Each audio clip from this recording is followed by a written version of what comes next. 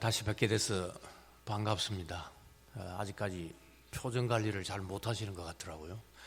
오늘 말씀으로 함께 교제할 수 있어서 아주 기쁩니다. 1517년 10월 31일에 루터 선생이 95개 명제를 내걸었습니다. 그 당시 이 고해 성사가 문제였습니다. 당시의 교회와 사제들은 회개하고 그 다음에 벌을 받아야 연옥 체류 기간을 줄일 수 있다고 선동했습니다. 그리고 돈으로도 벌을 탕감받는다, 면제받을 수 있다라는 면벌부를 발행했습니다. 루터 선생은 그런 선동과 값싼 회개 그리고 신앙생활을 비판하고 거부했습니다. 제가 첫 명제였던 주 예수께서 회개하고 천국이 가까이 왔다고 하실 때 우리는 평생 회개해야 된다라는 마태복음 4장 17절 말씀으로 설교한 적이 있습니다. 그런데 99번째 마지막 명제가 오늘 읽은 본문 22절 말미를 가지고 정리하고 있습니다. 하나님 나라에 들어가려면 많은 환난을 겪어야 한다는 겁니다. 면벌부는 환난을 거부합니다.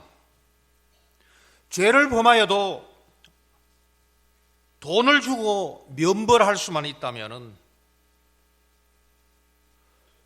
여세 동안 우리 마음대로 범죄하고도 주일에 몇 푼 헌금 내면은 마음의 평안을 얻을 수 있다, 그렇게 가르친 것과 같습니다. 그때나 지금이나 우리 역시 이러한 위험에 노출되어 있습니다. 그러나 첫 번째 명제, 진정한 회개에는 마지막 명제, 환난이 뒤따릅니다. 그런데 지금은 환난을 피하는 시대입니다. 더구나 목사 한 사람이 교인들을 광장으로 불러 모아 우리가 이 사람을 미워해야 된다, 저 세력을 쳐부숴야 된다고 원수를 정하고 힘자랑하고 있습니다. 교인들은 선동당하기도 하고 선동하기도 합니다. 그러나 그 광장은 교회가 아닙니다. 이런 충동으로 19절에 나오죠.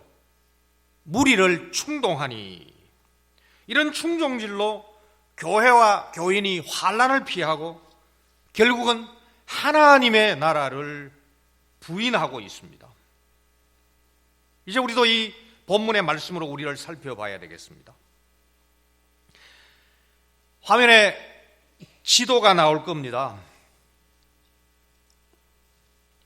첫 이방 선교사 바울은 루스드라, 지도 보면은 오른쪽 제일 밑에 표기되어 있습니다. 그러나 그 위치는 중앙이죠. 거기에서 안전뱅이를 고쳤습니다. 그곳의 사람들이 이 바울과 바나바를 신들이 사람의 모양을 하고 우리 가운데 내려왔다 하면서 제사를 지내려고 했습니다. 이때 두 사람이 외쳤습니다. 선동하지 마십시오. 선동을 거부하고 옷을 찢었습니다. 그리고 자기 자신들이 아니라 이 역사를 자기들에게 이루어 주신 창조주 하나님을 루스드라에서 설교하였습니다. 만약에 이 사람들이 그 선동의 눈을 감고 이 제사를 받았더라면 엄청난 추종자를 얻고 본문 말씀처럼 돌에 맞아 죽을 일은 없었을 것입니다. 그런데 13장 50절을 보면은 유대인들이 비시디아 안디옥, 지도 보면은 제일 중앙 위에 표기가 되어 있습니다. 그곳과 그 오른쪽에 왼쪽에 있는 이고니온에서 이방인들의 마음을 선동합니다. 14장 2절에 이 선동이라는 말이 나옵니다. 그리고 루스트라까지 원정을 와가지고 그곳 사람들을 충동질하고 있습니다. 예수님을 향하여서 호산나를 외쳤던 그 사람들이 바로 저자를 십자가에 못 박아 죽이라고 외쳤듯이 사도들의 이 지지자가 안 된 사람들은 실망하고 바울을 향하여 돌로 쳤습니다. 바울이 죽은 줄 알고 성 밖으로 내다버렸습니다. 그러나 예수님을 죽은 자 가운데서 다시 살리신 아버지 하나님께서 바울을 다시 살려주셨습니다. 바울은 루스드라를 떠납니다. 그리고 오른쪽으로 드베로 가가지고 전도합니다. 그리고 다시 드베에서 출발하여서 루스드라로 이고니온으로 다시 비시디아 안디옥을 거쳐가지고 많은 사람을 제자로 삼고 본문 말씀처럼 굳세게 마음을 굳세게 하고 믿음을 가지라 머물라 그렇게 전도 활동을 정리하였습니다. 교우 여러분, 예수님 시대 바울 시대와 마찬가지로 지금 우리 역시 이런 위협을 당하면서도 마음을 굳게 하고 믿음을 지켜야 됩니다. 그리고 많은 환난을 겪어야 하나님의 나라에 들어갈 수가 있습니다. 이제 이 본문을 특별히 22절을 설교의 본문으로 삼아가지고 다음과 같이 본문 말씀처럼 대지를 정해봤습니다. 우리 화면에 나올 테니까 같이 한번 읽도록 하겠습니다.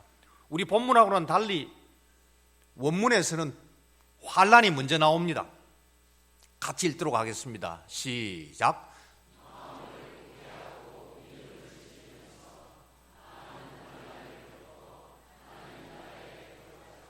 첫 번째 살펴보겠습니다.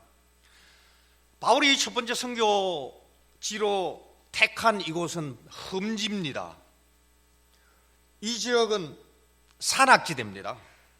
산악지대 가운데서 고원지대도 많이 나옵니다. 그렇기 때문에 상당히 위험합니다. 도적들도 출몰합니다. 게다가 지금 이 루스드라 이 지역은 그 당시에 일반적으로 쓰고 있는 언어가 통하지 아니하는 아주 고립된 지역이었습니다. 13장 3절을 보면은 다만 주님을 힘입어 이들이 담대히 말하니 주님께서 그들의 손으로 표적과 기사를 행하게 하여 주사 직접 은혜의 말씀을 증언하셨다. 사람이 하지만은 주께서 그들을 사용하여 직접 자기의 은혜의 말씀을 증언해 주셨습니다. 그럴수록 듣는 사람들은 반으로 나눕니다. 사도들의 이 가르침, 예수 그리스도와 그 부활을 따르는 자가 있고 저 미친 자들이다 하면서 미워하는 자로 갈라졌습니다. 특히 유대인들은 십자가에 달리신 이 예수님을 미워했습니다.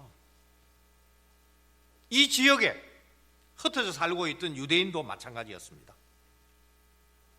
이 유대인들 먼 길을 마다하지 않고 바울을 따라다니면서 전도를 방해했습니다. 이들의 목표 분명합니다.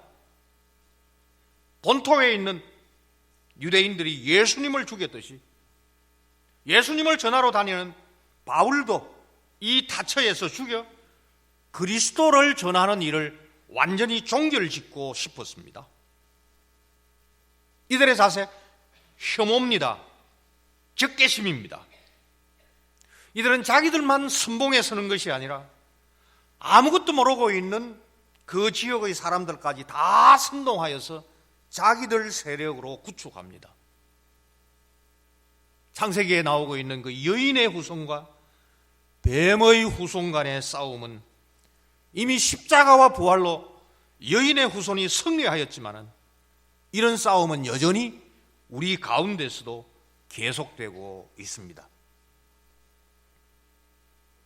복음사역자 은혜의 말씀을 전합니다. 복음은 사람을 새롭게 합니다. 새 사람을 태어나게 합니다. 전도로 사람을 낳습니다. 아주 중요한 일입니다. 누구나 전도할 수 있지만 누구나 사람을 거듭나게 만들 수는 없습니다. 13장 44-8절 말씀처럼 영생주기로 작정된 자는 다 믿습니다. 전도는 우리가 하지만은 이렇게 믿도록 하시는 이는 우리가 아닙니다.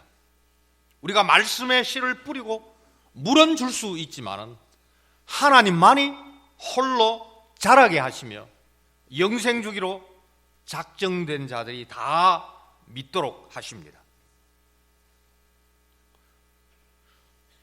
이처럼 이 복음을 심는 전도 이어가지고 계속 물을 주어야 됩니다. 그렇지 아니하면 영양분을 공급받지 못하여서 마릅니다. 때로는 죽습니다. 항상 물을 주면서 이 말씀의 씨앗이 싹이 트도록 계속 돌봐야 됩니다. 이것을 22절 상반절에 나오고 있는 말씀처럼 제자들의 마음을 굳게 하는 겁니다.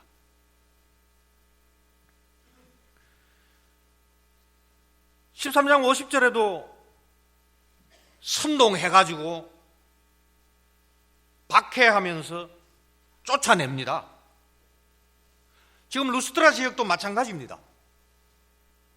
다시 루스트라에 돌아왔을 때에 사도는 이들의 마음을 굳게 해야 될 분명한 사실을 봅니다. 저 복음을 전하는 자가 저렇게 환난을 당한다면 우리 역시 그 환난에서 벗어나지 못할 것이다. 처음으로 전도받은 자들이 고민할 수밖에 없죠. 이 예수님을 믿어가지고 꼭 저자처럼 돌로 맞아 죽는 환난을 당해야 되느냐. 저자야 떠나면 그만이지만 우리 집은 여기 있기 때문에 여기에 계속 살아야 하니 언제라도 우리 모습을 본 유대인들이 와가지고 바울을 괴롭혔듯이 우리도 괴롭히고 죽일 수 있지 아니하겠는가? 우리 역시 당할 수 있지 아니할까? 교우 여러분, 이 본문을 보면서 이 당시 루스트라에 있는 그 마음을 굳게 하는 목회적 도움을 받아야 되는 그 사람들처럼 2019년 11월 이 부산에 살고 있는 우리 역시 항상 고민하면서 자문자답해야 됩니다. 그럴 때 마음을 굳게 갖도록 권하는 사람이 도와줄 것입니다. 그가 목사가 될 수도 있고 그가 새로 뽑힐 장로가 될 수도 있을 겁니다. 마음을 굳게 해라. 흔들리지 마라. 사도는 믿음에 머물러 있으라고 계속 권하고 있습니다. 물론 믿음은 들음에서 나옵니다. 그리하여서 이 믿음이 나의 믿음이요 우리의 믿음입니다. 그러나 이 믿음이 우리 속에서 나오는 것은 아닙니다. 만약에 우리 속에서 나온다면 흔들릴 수밖에 없습니다. 그 믿음의 마음이 굳세지 않을 수밖에 없습니다. 우리의 믿음은 뿌리가 없습니다. 말씀이 우리 속으로 들어와 가지고 이 믿음을 창조해야 이 믿음의 뿌리가 우리 속에 내리고 그리고 믿음이 점점 강화될 수 있습니다. 왜 바울이 환난을 당하고 있습니까? 착한 일 했기 때문입니다. 안전뱅이를 걷게 하는 착한 일하고 돌 맞았습니다.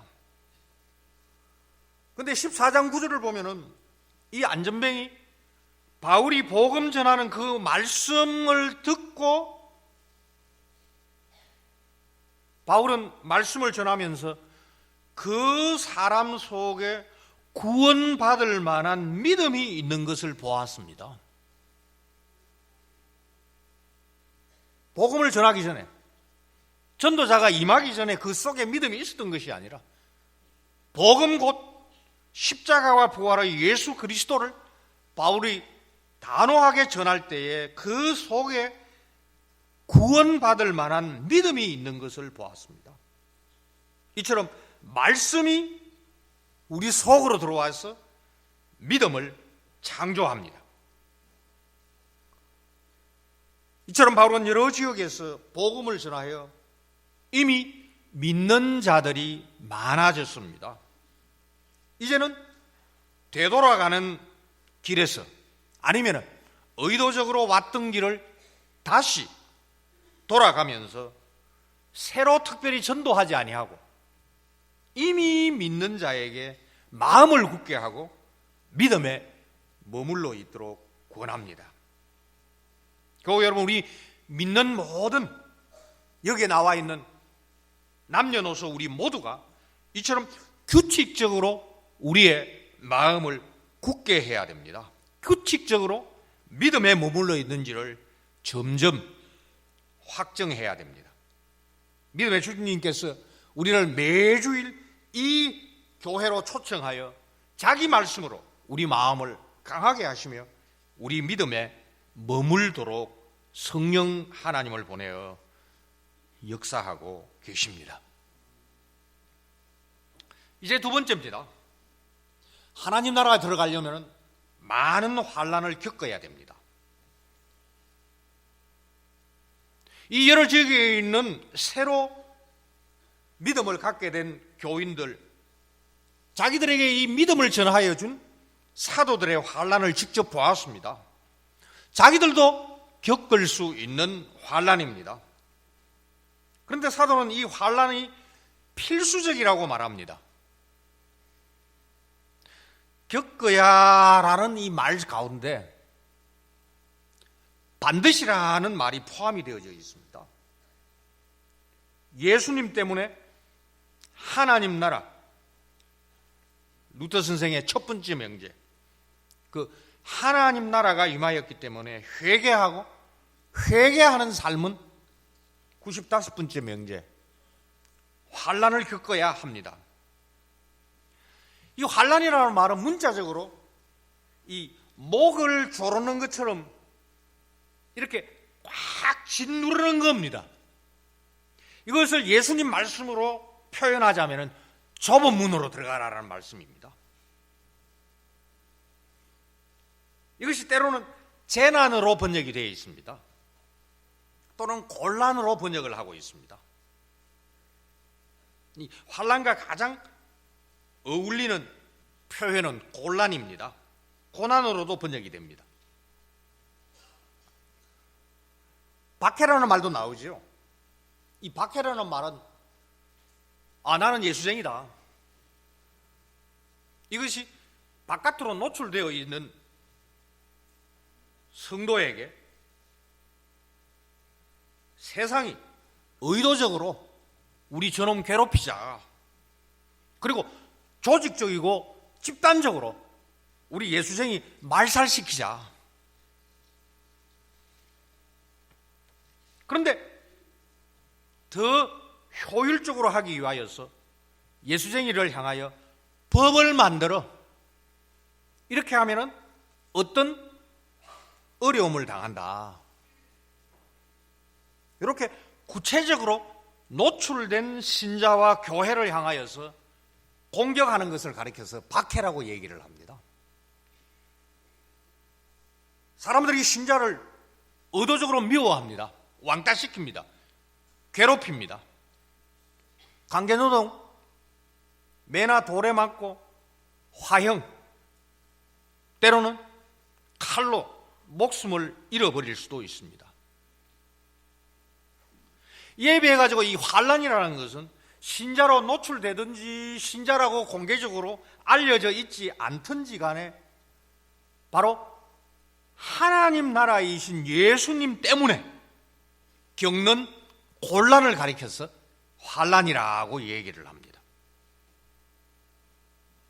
유대인들이 바울 선생을 따라다니면서 괴롭히듯이,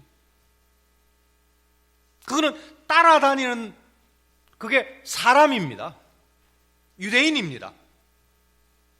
그러나 환난은 사람일 수도 있고 환경일 수도 있고 내 마음속의 욕심일 수도 있고 한순간도 우리를 가만두지 않고 우리가 어디로 가든지 따라다니는 것이 환난입니다.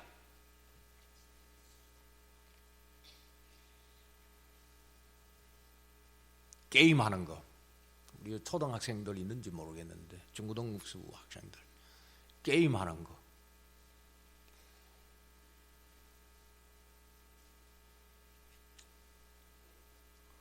너 예수쟁이니까 게임하라고 밖에 안 합니다. 하고 싶죠? 컨닝, 너 예수쟁이니까 특별히 너 컨닝해라. 컨닝 안 하면 내가 너 죽여버릴 거다. 그런 식으로 박해하지 않습니다. 환난입니다. 주위에서 게임하고 주위에서 컨닝할 때 따라할 것이냐 말할 것이냐, 이것은 노출되어 있지 않지만은 한순간도 우리를 떠나지 아니하고 유대인이 바울을 괴롭히듯이 우리를 괴롭히는 것이 환난입니다. 과식하는 거, 예수쟁이니까 특별히 많이 먹고 배 터져 죽여라 뭐 그런 거 없잖아요. 그런데도 사람들이 많이 먹으니까 나도 모르는 사이에 많이 먹습니다. 목사들 모임에도 가보면은 앞줄 먼저 서가지고 다 가져가고 뒷줄은 모자라는데 뒷줄이 시작하려고 하면 앞쪽 사람들은 남은 그 쓰레기통에 버리고 갑니다. 이거 박해 아니에요. 이거 환난입니다. 게으름, 너 예수쟁이니까 공부하지 말고 너 예수쟁이니까 뭐 열심히 사업하지 마. 아무도 박해하지 않습니다. 시기와 경쟁심, 우리를 떠나지 아니하는 환난이죠. 혼전 성관계, 혼외 성관계. 예수님이니까 너 이렇게 나쁜 짓 하라고 하지 않고 오늘도 읽었던 7번째 계명처럼 하지 말라고 하고 있습니다. 환난이 뭐냐? 해야 되는 거 안 하는 겁니다. 이건 노출 안 됐습니다. 우리가 신자라고 노출되어 있지 않습니다.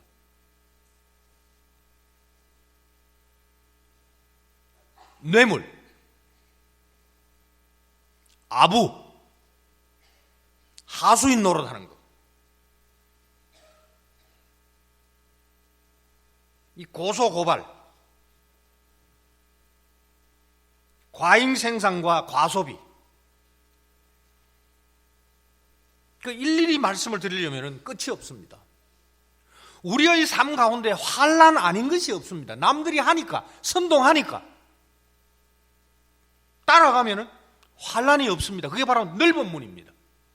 환난은 신자이기 때문에 사람 앞에서 노출될 수도 있고 하나님 앞에서 사람들에게는 노출 안 될 수 있지만은 바로 복음 때문에, 이 그리스도 때문에 선택의 폭을 넓혀가는 것이 아니라 이 좁혀져 있는 바로 이 길로 들어가야 하나님 나라에 임하기 때문에, 이 시대 지금 성도들이 가장 고민해야 될 게 바로 이 가짜뉴스와 유포입니다. 특별히 정치적인 가짜뉴스. 이 환난에 우리 생각, 우리 말, 우리 행동 다 해당이 됩니다.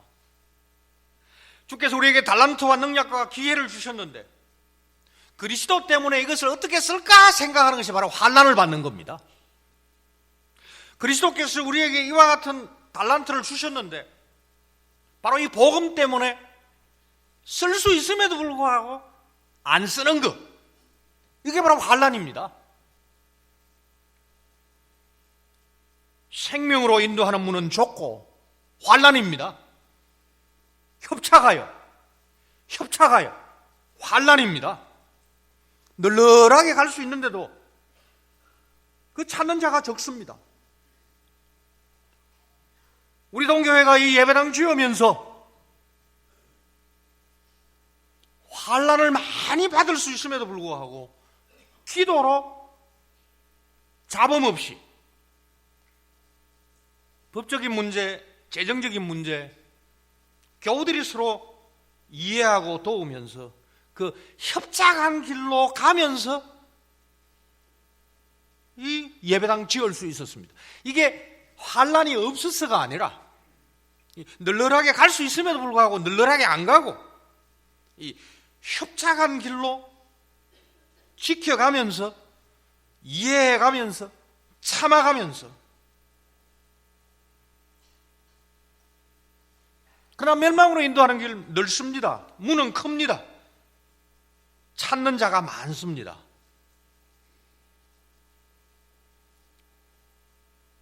우리는 본문 말씀처럼 선동을 따르지 아니하고 충동질 당하지 아니하고 바로 우리에게 온갖 모습으로 선동하는, 이것은 사람일 수도 있고 법일 수도 있고 광고일 수도 있고 광화문 광장이 될 수도 있고 서초동이 될 수도 있습니다. 그래 그거 따라가지 아니하고 이 대중과 선동을 대항하면서 이 외길을 걸어가는 것, 이것이 바로 환난을 많이 겪는 것입니다. 성경에 보면 이 환난은 이 종말의 표지입니다. 예수님은 마태복음 24장에서 이 종말에 사람들이 우리를 환난에 넘겨줄 것이라고 예고하셨습니다. 이것은 아직 종말이 안 왔기 때문에 환난이 없는 것이 아니고 우리의 삶 전부가 환난입니다. 왜? 그렇게 우리를 말씀으로 우리 속에 믿음을 창출해 주셨기 때문입니다. 때로는 죽임을 당하거나 자기 이름 때문에 마태복음 24장 9절 모든 민족에게 미움을 받는다고 말씀하셨습니다. 그런데 이와 같은 환난은 전에도 늘 있었습니다. 우리 시편 34편 19절 말씀 읽어보겠습니다. 시작.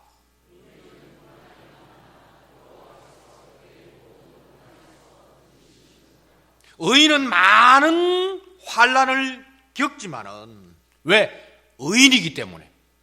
스스로 의인 된 건 아니죠. 바로 이 말씀 예수께서 성취하셨습니다. 사도행전 3장 14절 15절 말씀 보면은 예수께서 바로 고난을 당하셔야 되었습니다. 지도자들에게 반드시 버림을 받을 겁니다. 죽임을 반드시 당할 겁니다. 반드시 제3일에 살아나야 한다고 말씀하셨습니다. 이렇게 거룩한 의인은 죽임을 당하였으나, 사도행전 3장 14절입니다. 그의 아버지 하나님께서 그를 살려주셨습니다. 의인은 고난이 많으나 여호와께서 그의 모든 고난에서 건져 주시도다. 이런 예수님을 전하면은, 이런 예수님을 따르면은 환난이 따라올 수밖에 없습니다. 요한복음 15장 18절 말씀 읽도록 하겠습니다. 시작.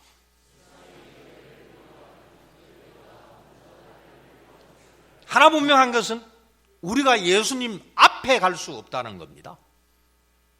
예수님 미워한 자들이 예수님 따르는 우리를 미워할 때에 나를 먼저 미워했다 기억하라고 말씀하십니다.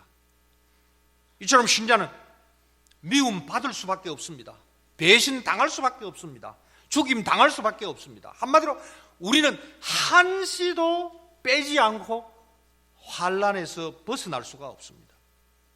이 미움, 미혹, 시험, 누구도 면제당할 수가 없습니다. 이거 면벌부 산다 해가지고 여기에서 해방될 수 있는 사람은 아무도 없습니다. 거짓 그리스도, 거짓 선지자들이 일어나 큰 표적을 행하면서 마태복음 24장 24절 택하신 자들도 미혹하려고 합니다. 베드로전서 5장 8절 우리 대적 마귀는 우는 사자같이 두루다니면서 삼킬 자를 지금도 찾고 있습니다. 따라서 예수께서 시험에 들지 않도록 해달라고 기도하라고 주님 가르친 기도에서 말씀하셨습니다. 교우 여러분, 왜 세상이 우리를 미워합니까? 왜 미워합니까? 왜 우리를 삼키려고 하죠? 예수께서 자기의 환난 가운데 환난을 마다하지 아니하고 자기 피로 우리를 사주셨고 성령께서 지금도 말씀으로 우리를 성부 하나님의 아들과 딸로 인쳐주고 계시기 때문입니다. 그래서 하이델베르크 요리문답 첫 답처럼 우리 몸도 영혼도 우리의 신실하신 구주 예수 그리스도의 것이니까 그 소유를 빼앗았어요. 예수가 망하게 하고 사탄이 부하려고 우리를 늘 환난에 처하게 합니다. 따라서 우리가 당하는 환난은 항상 그리스도와 함께 당하는 환난입니다. 고린도후서 4장 10절 말씀 시작.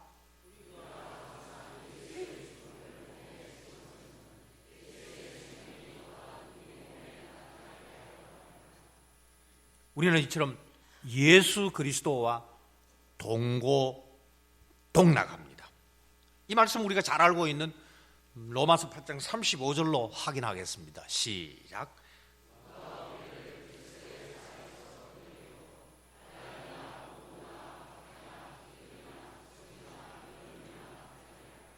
오히려 이 환난과 공고, 박해는 우리를 그리스도와 더 진하게 결합시키고, 이거는 우리가 하는 것은 아닙니다. 우리가 환난을 받으면 우리가 막 힘이 굳세지고 마음이 굳세지고 믿음 안에 머물고 있기 때문에 우리가 그리스도를 더 많이 껴안는 것처럼 보이는지 모르지만 그리스도께서 우리를 껴안고 자기에게 접붙여 주셨다라는 것을 환난을 통하여서 많은 환난을 겪을 때 더 많이 체험하고 더 많이 힘을 얻게 되는 것이죠. 이처럼 그리스도와 우리가 하나인 것을 환난을 통하여서 우리는 확인합니다. 시편 119편 71절 고난 당하는 것이 내게 유익이라. 이제 세 번째입니다. 시작. 우리는 이 많은 환난을 겪어야 하나님 나라로 들어갑니다. 예수님께서 이 길을 먼저 가셨습니다. 예수님의 좋은 제자 바울도 이 길을 걸어갔습니다. 이제는 우리가 이 환난을 통하여서 하나님 나라 백성인 것을 확인하고 확정하고 감사해야 됩니다. 사실 우리나라 이 번역 말씀이 정확하지 않습니다. 하나님 나라에 들어가려면 이라는 이 어떤 조건, 또는 어떤 가정법과 같은 표현은 우리 한글의 구조상 어쩔 수 없는 번역입니다. 그렇기 때문에 이 말씀을 오해할 수가 있습니다. 만약에 우리가 환난을 겪어야 한다면 우리가 아직도 하나님 나라에 여전히 들어가야 되느냐.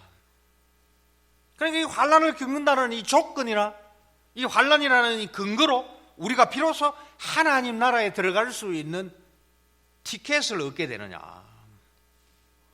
우리가 아직도 하나님 나라 백성이 아니냐.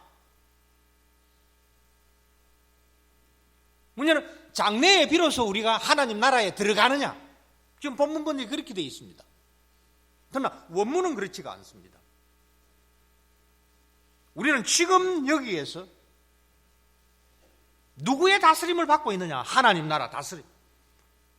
우리를 피로 값주고 사신 예수 그리스도의 이름으로 성령께서 우리를 지금 하나님 나라 백성으로 지금 인정하고 계시냐, 아니면 여전히 우리를 다스리고 있는 것이 마귀이냐, 이 차이죠.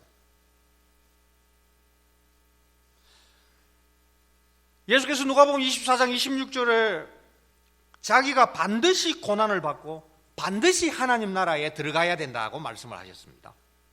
우리나라 번역에는 나오지 않습니다. 예수께서 여러 차례 말씀하십니다. 자기 고난을 예고하시면서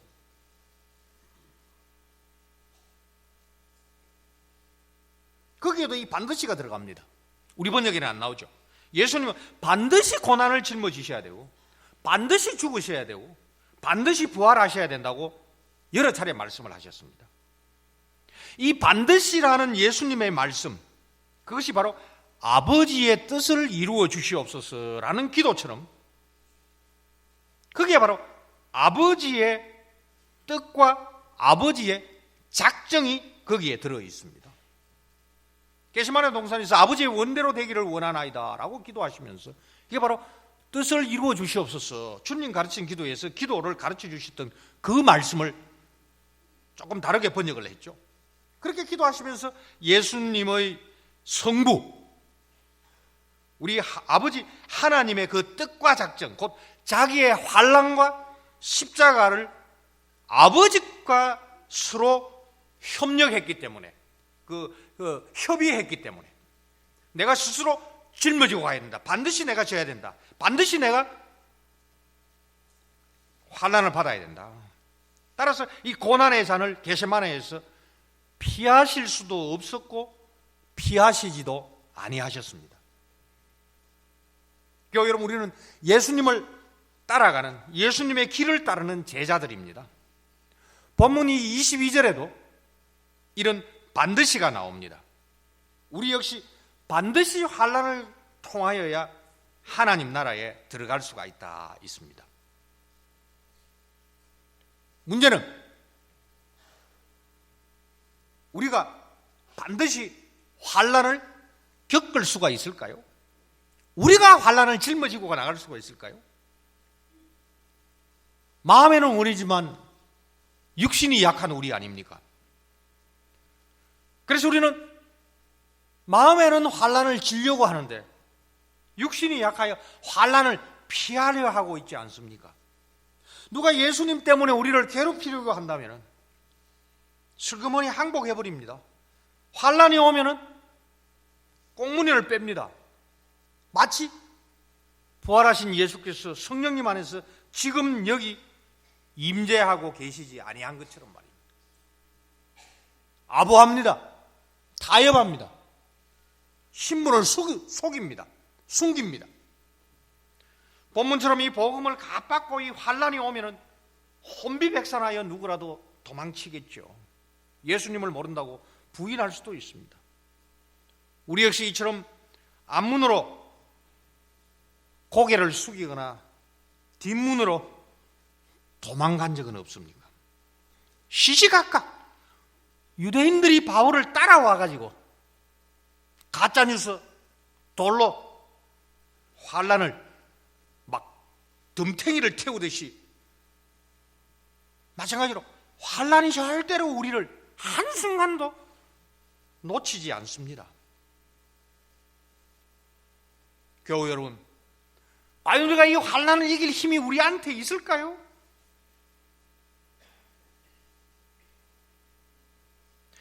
말씀을 들으면서 이 믿음이 생겨나듯이 환난을 이길 힘도 믿음이 우리 속에서 안 나오는 것처럼 바로 이 말씀과 말씀이 뿌리를 내리게 한 이 믿음에서 환난을 이길 힘이 나옵니다.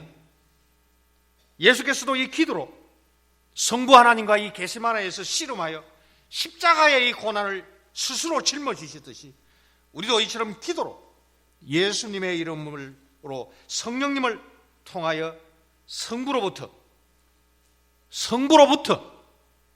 환난을 겪고 마귀가 주는 것이 아니라 마귀를 사용하실 뿐이지, 마귀가 예수님을 겟세마네에서 씨름하게 하신 것이 아니라 그 아버지와의 그 협의, 약속, 자기에게 준 자 우리를 잃어버리지 않기 위하여서 그 환난의 잔을 반드시 아버지로부터 받아 뜻을 이루기 위하여 지셨듯이 우리 역시 아버지로부터, 아버지께서 우리를 환난을 통하여 예수 그리스도와 한 몸 된 것을 확인하게 하며 이 세상에서 이기도록 하신다. 요한복음 16장 33절 말씀 보겠습니다. 시작.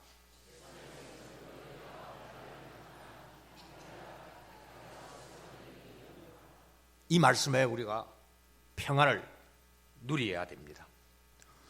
근데 이렇게 환난을 먼저 겪어야 그 다음에 하나님 나라 들어가는 것이 아닙니다. 우리 번역에 문제가 있습니다. 우리가 이 말씀과 믿음에 머물면서 우리를 확정시키기 위하여서 아버지께서 온갖 사람들과 온갖 광고 뉴스와 온갖 가짜 뉴스를 통하여서 우리를 환난을 겪도록 하지만은 이 환난을 바로 이 복음과 말씀과 말씀이 생기게 한 이 믿음으로 우리가 환난을 피하지 않고 당당하게 맞선다면은 우리는 이미 하나님 나라에 들어와 있습니다.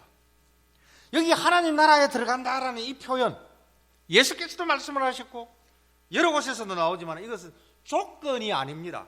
이것은 미래에 될 것이다 라는 말씀이 아닙니다. 여기에 들어가다라는 말은 사실은 이미 참여하고 있다, 그 속에 있다라는 말입니다. 왜 그렇죠? 우리는 하나님 나라 백성이기 때문에 환난이 있는 것이죠. 하나님 나라 백성이 아니면은 환난이 없어요. 넓으면 그냥 가면 돼요. 환난은 우리를 더 단단하게 만듭니다. 우리를 택하고 영생 주기로 작정하신 이 하나님의 사랑을 더 깨닫게 하고 체험하게 만들면서 우리를 우리 되게 하신 삼위 하나님을 찬송하게 만듭니다. 우리는 심지어 교회가 환난을 피하는 시대에 살고 있습니다. 이 시대의 환난이 뭡니까? 너무 편하고 넉넉하게 살기 때문입니다. 이것이 바로 우리의 환난입니다. 예배당을 크게 지었기 때문에 지나가는 사람들마다 그 참 물건이다, 볼만하다, 바로 그 자부심에 빠져가지고 교회가 세력을 유세하고 있습니다. 여기가 좋사오니 하면서 우리끼리 관습과 규칙을 만들고 그러면서 십자가의 그 좁은 길이 아닌 우리끼리의 넓은 길을 만들며 살 위험이 우리 모두에게 있습니다. 특별히 본문에서 이 환난은 다수의 횡포로 임합니다. 유대인들이 사람들을 선동합니다. 충동질합니다. 마찬가지로 이 시대의 언론, 우리의 직장, 정치, 여론조사, 한국인의 습관, 문화 이런 것들이 우리를 항상 선동합니다. 너 또 예외냐? 너 또 별난 놈이구나. 좀 제발 예수적인 흉내 좀 내지 마라. 특별히 지금 이 정치가 이 대표적으로 우리를 지금 선동하고 있습니다. 의회 정치가 지금 문을 닫았습니다. 대치 전국에서 모두가 지금 광장으로 뛰쳐나오고 있습니다. 보수와 진보 대치에서 상대방에 대한 배려가 아예 없습니다. 막말은 기본으로 합니다.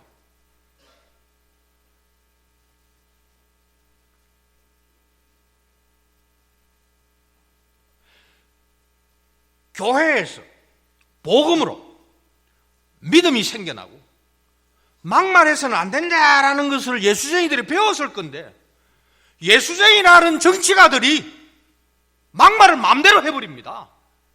그렇게 해야 세력을 규합할 수 있기 때문입니다. 예수님의 모습이 나타나지가 않아요. 그러면서 폭력 행사도 마음대로 해버립니다. 온라인과 오프라인에서 자기 세력을 결집합니다. 자기 세력을 결집하는 것이 현대의 면벌부입니다. 세력만 있으면 투표에 이기니까 온갖 수를 다 해가지고 지금 현대의 면벌부를 남용하고 있습니다. 상대방을 향해서는 조금도 양보가 없이 공격을 합니다. 도대체 저 정치가가 진짜 예수쟁인지 아닌지가 구별이 되지가 않습니다. 바로 여기에 선동당하여서 우리가 알지 모르게 세뇌당하고 있습니다. 예배당에서는 얌전하게 정장하고 말씀을 받는 것처럼 보이지만 나가자마자 세상 사람들하고 바로 예수님을, 바울을, 그들을 향하여서 순동하고 돌로 쳤던, 십자가에 못 박았던 사람들처럼 똑같이 지금 처신하고 있습니다.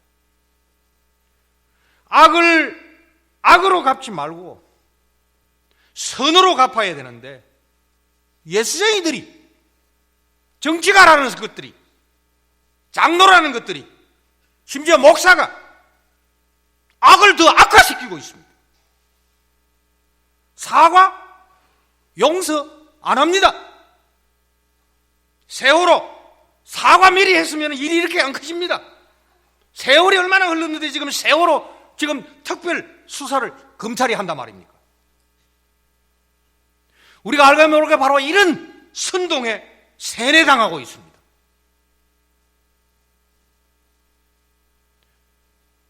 상대방을 향한 비난과 욕설을 당연시하면서 오른밤을 치면은 왼밤을 돌려대라는 이 예수님의 말씀을 실천하는 환난받는 신자가 많지가 않습니다.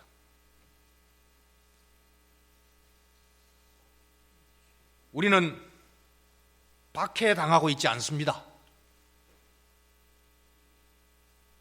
맘만 열면은 동성애가 어떻고 지금 교회를 박해하고 있다 하지만은요, 교회 역사를 몰라서 그렇습니다. 이거 박해 아닙니다. 우리가 동성애를 가지고서 박해한다고 말하기에 이전에 한국 교회의 꼴을 잘 봐야 됩니다. 교인들의 꼬라지를 회개해야 됩니다. 교우 여러분, 우리는 선동당할 뿐만 아니라 우리도 선동하고 있지 않는지, 그 그리스도 바깥에 있으면서 이 그리스도를 죽이고 그리스도를 전하는 바울을 향하여 선동했던 유대인들의 꼴을 하고 있지 않는지를 잘 살펴보시기를 바랍니다. 우리는 믿음으로 환난을 반드시 겪어야 이런 여론과 대중선동을 이길 수가 있습니다. 현대판 면벌부 빠지지 마시기를 바랍니다. 말씀을 맺습니다. 하나님의 통치는 예수님의 고난과 구속과 그 환난인 십자가에서 나타났습니다. 따라서 이 십자가로 구속받고 부활로 구원받은 우리는 이 구속과 구원을 체험하지 못한 이방인들과는 달라야 됩니다. 우리는 질적으로 달라야 되고 우리는 종자가 다릅니다. 관습과 전통, 대중선동과 언론 플레이, 이 모든 환난 앞에 교회가 빛을 잃고 교인들이 지금 맛을 잃어가고 있습니다. 그러니 우리는 평생 회개해야 됩니다. 우리의 마음을 강하게 하고 믿음 안에 머물러 환난을 견뎌 승리하는 하나님 나라 백성입니다. 따라서 그리스도 때문에 환난을 달게 지고 가는 동교회의 모든 교우들에게 우리의 아버지 하나님께서 계속 그리스도의 영 성령님을 보내어 이길 힘을 주실 것입니다. 여러분의 환난의 승리로 그리스도 안에 나타난 하나님의 나라가 여러분 가운데 나날이 성장하게 되기를 바라며 바로 이 동교회가 하나님 나라로서 이 시대, 이 땅에서 우리와 우리 자녀들이 그리스도의 이름으로 승리하고, 그리하여 그리스도를 주시고 우리를 환난 가운데 처하게 하시나 바로 그리스도의 십자가가 마지막이 아니고 부활로 승리하게 하신 그 승리를 입은 우리를 통하여서 이 승리를 주신 성부, 성자, 성령 하나님께서 우리 가운데서 지금부터 영원토록 영광 받게 되기를 진심으로 기원합니다. 아멘.